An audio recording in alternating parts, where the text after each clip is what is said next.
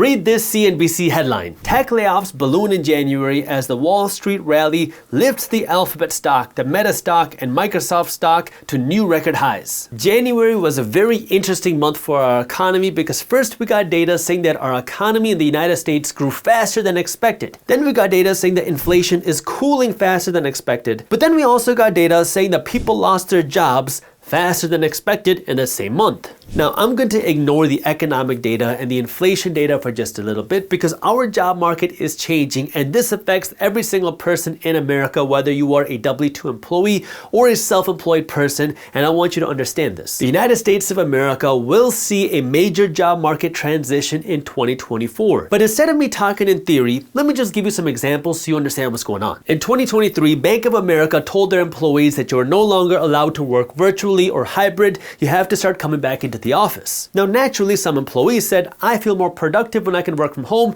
because I can go to the gym at 11 a.m. and I'm willing to work a little bit harder because I can spend time with my kid throughout the day as well. Well, fast forward to January 2024, and Bank of America sent out an updated letter to their employees, which said this is a warning. You have 2 weeks to get back into the office full time or don't bother logging into work again. And this isn't just Bank of America. Nearly every company in the United States said that they'll be implementing some sort of return to office plan in 2024. But here's a little secret. The return to office mandates are just the tip of the iceberg. There's something a whole lot deeper going on that most people are completely ignoring. See, the real problem is that companies hired way too many people in the last few years, and now they need to right size. They need to be more productive and they need to be a little bit leaner. And one of the ways to do that, to weed people out without having to pay out severances to everybody, is just to let people decide if they want to continue working for the company or not. And one way to do that is by telling people you have to come back into the office, because naturally some people are going to say, no, I don't want to come. And this is where now you want to dig a little bit deeper and understand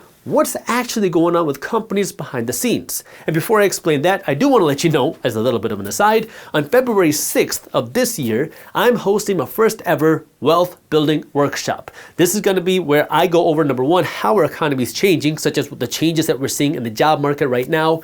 And then number two is how you can build wealth in this economic environment, how you can start generating cash flow, and how you can build a financial system that will allow you to build real wealth. We'll be going over strategies to start managing your money better, to start building wealth, to start investing your money, and how you can put your money to work. That way you can build wealth in this economic environment. This wealth building workshop is completely free. It is live and it's virtual. And I'm going to have 2 times where I do this, one on February 6th, morning time, Eastern time, and one evening time, Eastern time. So if you'd like to join me for free on this wealth building workshop, I got the link to how you can join me. All you got to do is register down in the description below. Just make sure you register soon because, well, every software has a limit to how many people can join me live. And so if you want to make sure you can join me live for free, well, you just got to make sure you register and get there on time. Now, to understand why so many companies are trying to push for this more productivity, this more leanness, and this more smaller workforce, you got to understand how we got here. Because during that pandemic era, there was a lot of free money out there. This free money went out to consumers in the form of stimulus checks, in the form of unemployment checks, and people were able to borrow money very cheap at very low interest rates, which spurred consumer spending. But this free money also went to businesses in the form of PPP loans, in the form of business grants, in the form of other money from the United States government. So now these businesses were able to borrow money or get money very cheap, which meant businesses had piles of cash, which they wanted to reinvest back into their companies. How did they reinvest it back into their companies? Well, they started hiring people. Because if you're a business and you could borrow money at 1, 2, 3, 4, or 5%, you only need a 6, 7, 8, maybe a 9 or 10% return to justify going out and getting some of this money. And if you were one of the businesses that could qualify for free money, well, you only needed a very little return to justify going out and getting free money. So now you had businesses that are loading up on all this cash that now needed a place to spend it. And what did they do? You saw this hiring spree in 2021 and 2022 and a little bit into 2023. That was how the United States went from an economy with too many jobs and too few people in 2021 and 2022 to an economy with too many people and not enough jobs. Not to mention the fact that you also have the United States government and the Federal Reserve Bank saying that unemployment needs to rise in 2024 to kind of keep up with this changing economy. Now, of course, a lot of this does have to do with interest rates, because when you're a business business and you can borrow money for dirt cheap. You can just keep loading up your money from the bank and just keep injecting it back into your business. But that environment changed in 2022 when the Federal Reserve Bank first started raising interest rates, and they continued raising interest rates into 2023 when the Federal Reserve Bank raised interest rates for the 11th time. Well, now here we are in 2024, and we still have significantly higher interest rates today than we did just a couple of years ago, which is why so many businesses are now starting to do this right sizing, because in order to justify the money that you have borrowed, and businesses have borrowed tons of money, you need to start getting better returns on your money, which means you need to be more productive and you need to get more money out of each employee. Like in just the last few weeks, Salesforce, Microsoft, eBay, Levi Strauss, and not to mention the daily news companies had massive layoffs. And if you listen to the explanations as to why every executive is creating these layoffs, it's one of two stories pretty much every single time. Either this company is struggling, so they need to do layoffs, which has always been happening. If a company starts struggling, they start cutting employees. That's nothing new. But the second reason, which has been very common in the last 12 months, is that companies are now needing to be more productive, they need to be leaner, and they need to make more money per employee to either justify all this excess debt that they have or to be able to compete in this new economy. Just take a look at what Levi Strauss said when they announced their layoffs. Levi is prioritizing direct-to-consumer sales in a multi-year, quote, productivity initiative, which will include cost-cutting and simplifying some operations. And what the CEO says is, quote, we are creating a leaner and more agile company to support our future as a direct-to-consumer retailer. Now, the reason why I said this matters to everybody in the beginning of this video is because we are seeing an economic change. We are seeing a change in the job market. Now, our economy has been strong.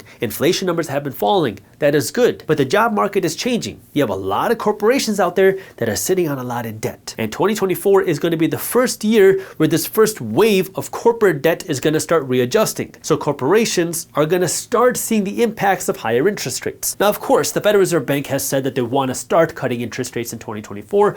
We don't know how extreme that is going to be, but even if the Federal Reserve Bank cuts interest rates a few times in 2024, you can expect interest rates to be higher today than they were in 2020 or 2021, which means that businesses are going to start seeing higher costs.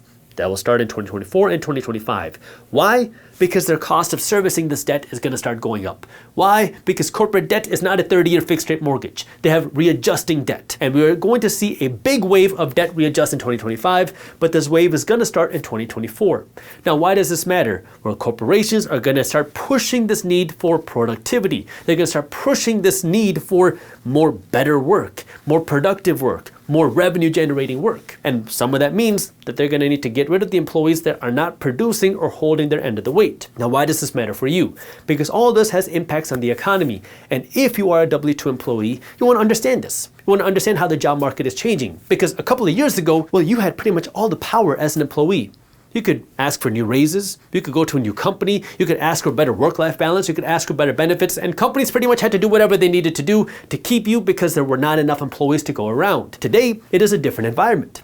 You're seeing the government and you're seeing the Federal Reserve Bank saying that you can expect unemployment to rise in 2024. We're already seeing an environment where that balance between employees and employers has been shifting.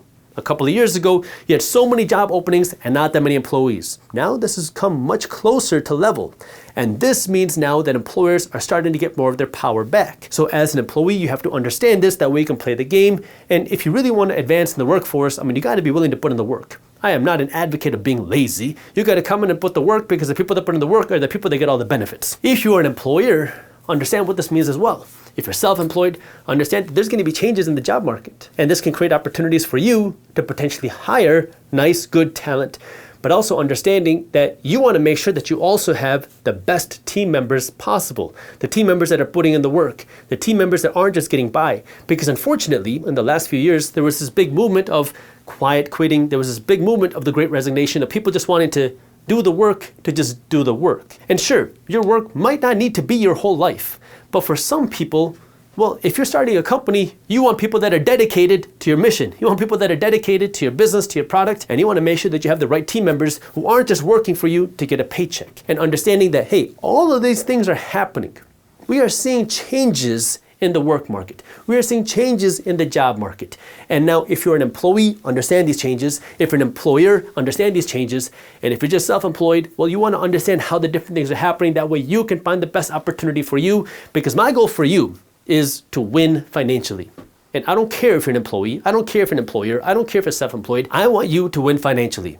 And the way that you can win financially is number one, understanding what's happening. And then number two, use your money smartly. And then number three, be able to capitalize on opportunities that will come your way. But that requires you to, number one, understand what's happening and understand the changing workforce because, well, these changes are going to happen. You can hate the messenger, but these changes are happening. Now, the question is, how can you capitalize on the changes depending on where you are in your financial situation? Now, of course, I'll be diving deeper into this, into my wealth building workshop on February 6th. I hope to see you there. And if you want to join me for free, I got the link for you down in the description. The White House would naturally want to put some pressure on the Federal Reserve Bank to cut interest rates because if the Federal Reserve Bank cuts interest rates, then that could also stimulate spending, which could stimulate growth in the economy, which could stimulate things like stock prices and asset prices and hiring. But the difficult part about this